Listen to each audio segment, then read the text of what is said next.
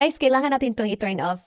Yung mga ayaw po makaka-receive ng mga notifications dahil po nakaka-receive tayo ng mga notifications sa ating Gmails inbox like Messenger, Facebook, videos, tags, nakaka-receive tayo at ang bilis na po mapuno ng ating inbox. Para po matanggal yan, sundan niyo lang po ang ating video so hindi na po kayo totally na makaka-receive ng notification if ever na i-off natin ito.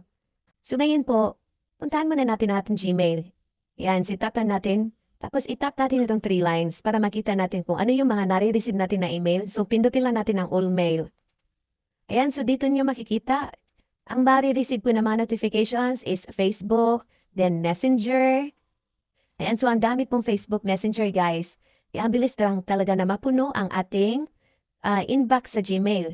So para matanggal po yan dyan at hindi na tayo makaka-receive sa Gmail, so balik tayo, tap natin tong Facebook. Then, back lang tayo. Kapag andito na kayo sa profile niya sa Facebook, itap lang natin itong settings.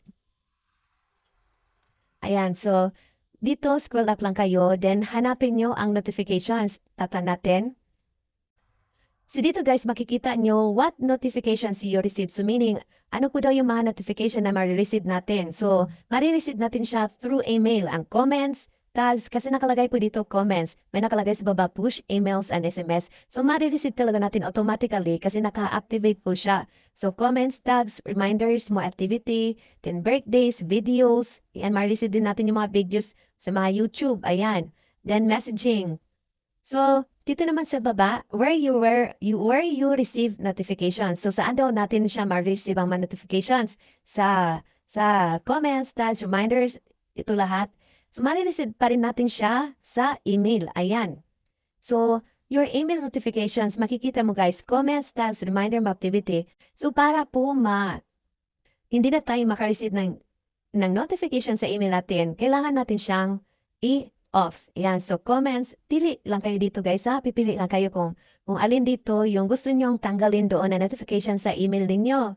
So, let's say for example sa akin, gusto ko siyang tanggalin ang comments kasi ang dami ng comments na nare-receive ko doon. Yan. So, i-off lang natin. I-off natin ang tags. Then, gusto kong i-off din ang messaging. Ayan. So, ganyan lang gawin nyo guys. I-off nyo. Then, videos. As usually, ito talaga ang nare-receive ko, ang messaging, ang videos, ang comments, ang tags. Ayan, so kapag naka-off na, balik lang tayo. Ayan, so makikita niyo dito guys, kasi naka-off na po siya. What notifications you receive? Ang comments is wala. Natanggal na po si email, natanggal na po sa tags. Then, dito sa messaging, natanggal na po. Then sa videos, natanggal na po. So, ganun na po siya guys ha.